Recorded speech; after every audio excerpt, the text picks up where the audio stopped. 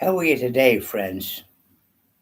I hope you had a nice day. In this country, it was a bit showery, but we weren't too bad. We sat from my cousin Etna. We saw a fair bit today at Saint Colmkill's cell in Kells, that famous heritage town, and I think it was established in 1400 and odd, and there was three bedrooms upstairs, and it would have been fairly basic in those times. There would be nothing fancy. And St. Columkill, of course, left in 560, around that time, to Iona, and he was a great for the Catholic faith, a great missioner for the Catholic faith, and established it and monastery not just there but in France also. God be good to him, and may he rest in peace, and the light of heaven shine upon him. So we visited St. Oliver Plunkett's birthplace in Loughcrew and on beyond Oldcastle, and the church that they built. They owned that estate, and I think they had about only 300 or 400 acres. They weren't that avaricious, and he was born there.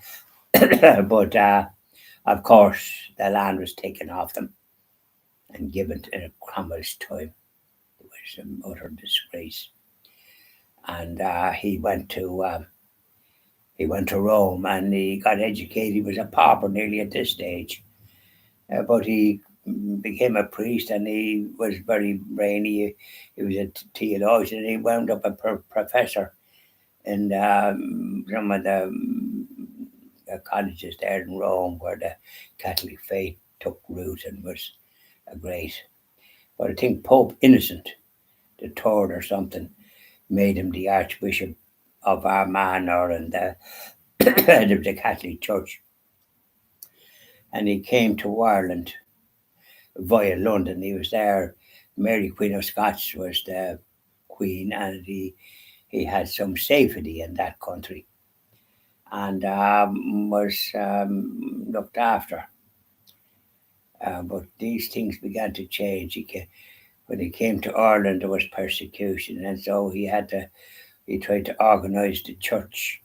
It was in disarray, and appointing bishops and confirmations, which he held all over the country, and he had a lot to do. But he was had to be on the run. There was no safe place for him, and I think he was betrayed. It doesn't say that, but he was betrayed.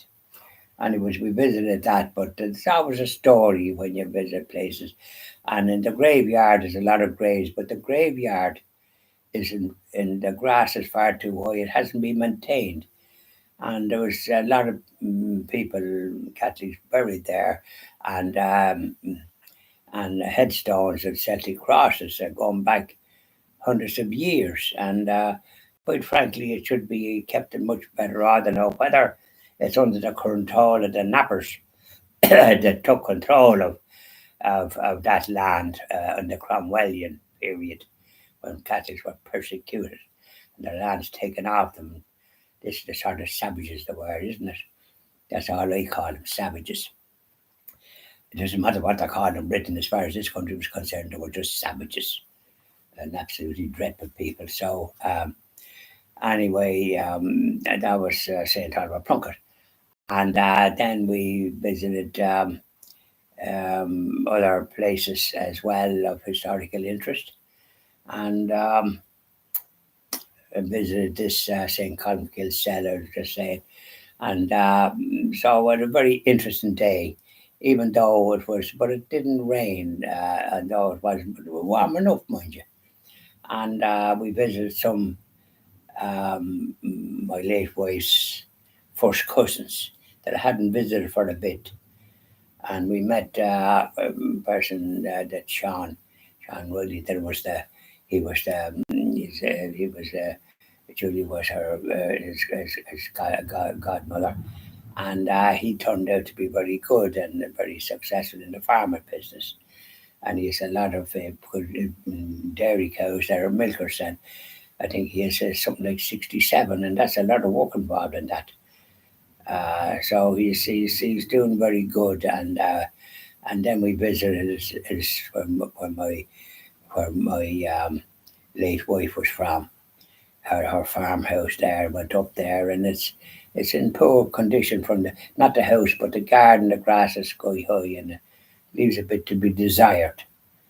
It's no way to treat something, and I presume it's somebody it's in, has received has been bequeathed to them.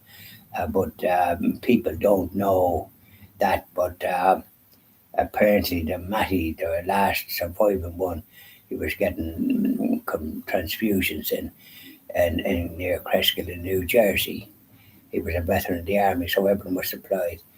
And he was saying St. Patrick's Day. He was waked in the home place, so somebody has the key and obviously owns it, but nobody knows. Very strange way to behave, isn't it? But other places and various women. But suffice to say, I'll continue tomorrow because I could go on for a bit. And so here we are, and thank God we got back safely and over safely. We did a fair bit of driving in a careful manner and all the rest of it. But without, and we visited my late wife's grave too, very important, said a few prayers and lit a few candles. And for my cousin Etna's late husband, John, his name was John Gould, and he died some years ago. He was only 70. He died young enough, mind you. So it was all that kind of a day. And we'll talk more about it tomorrow, please God. I don't want to go into too much.